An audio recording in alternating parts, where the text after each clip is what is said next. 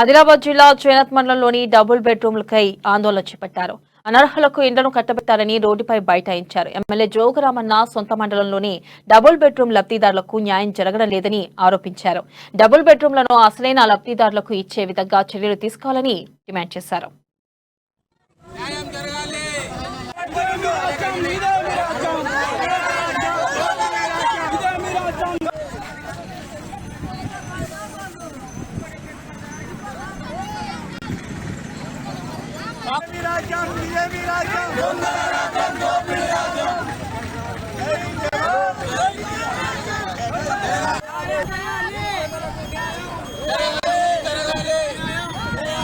గ్రామంలో గ్రామ సభని దండోరా వేయించి గ్రామ సభలకు తెలియకుండా డబుల్ బెడ్రూమ్ ఇళ్ల పంపిన తెలపకుండా గ్రామస్తులకు సరైన సమాచారం ఇవ్వకుండా నిన్న లిస్టు లబ్ధిదారులు ఎంపిక చేయడం జరిగింది. మేము ఒకటి చెప్తున్నాం ఎంఆర్ఓ గారికి, మీ దగ్గర సమగ్ర కుటుంబ సర్వే ఆధారంగా గ్రామంలో ఉన్నటువంటి నిరుపేద భూమి లేని ఇల్లు లేని వారిని ఎంపిక చేయాలని కోరుతున్నాము.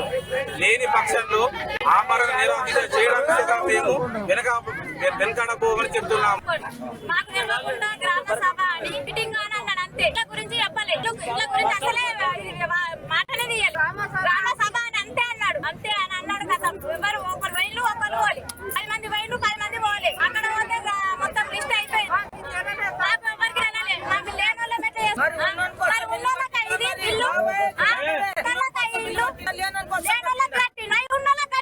డబ్బు దాటిస్తే 10 కొట్టంగా డబ్బు దాటిస్తాలా గరం సభకు డబ్బు దాటిస్తే పొద్దున్న సాయంత్రము టైం కు డబ్బు దాటిస్తే ఇంకప్పు అందరం ఉంటుండే అందరు ఛానళ్ళకి పోయినాక డబ్బు దాటి ఒక్కరు పట్టించుకోవాలి. మరి గ్రామ సభ అయింది ఎందుకు ఒకరోజు?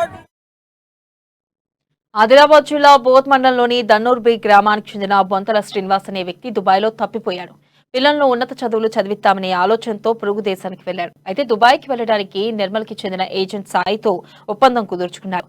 అప్పు చేసి నగదు చెల్లించాడు. ఈ నెల 4న దుబాయ్ వెళ్లిన శ్రీనివాస్ అదే రోజు రాత్రి 12 గంటలకు ఇంటికి కాల్ చేసి దుబాయ్ చేరుకున్నానని చెప్పాడు.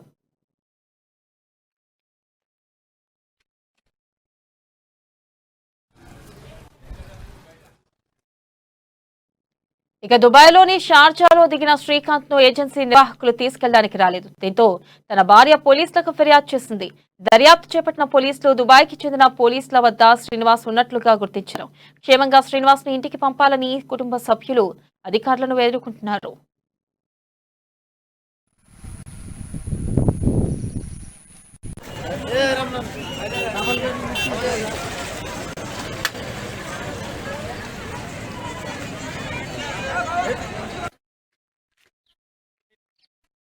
ఏమి లేదు, మేము కూలి చేసుకొని ఏదో దుబాయ్కి వెళ్తే ఏజెంట్ గ్రూప్ వీజా అని చెప్పి చేసేదాకా మాకు తెలియదు.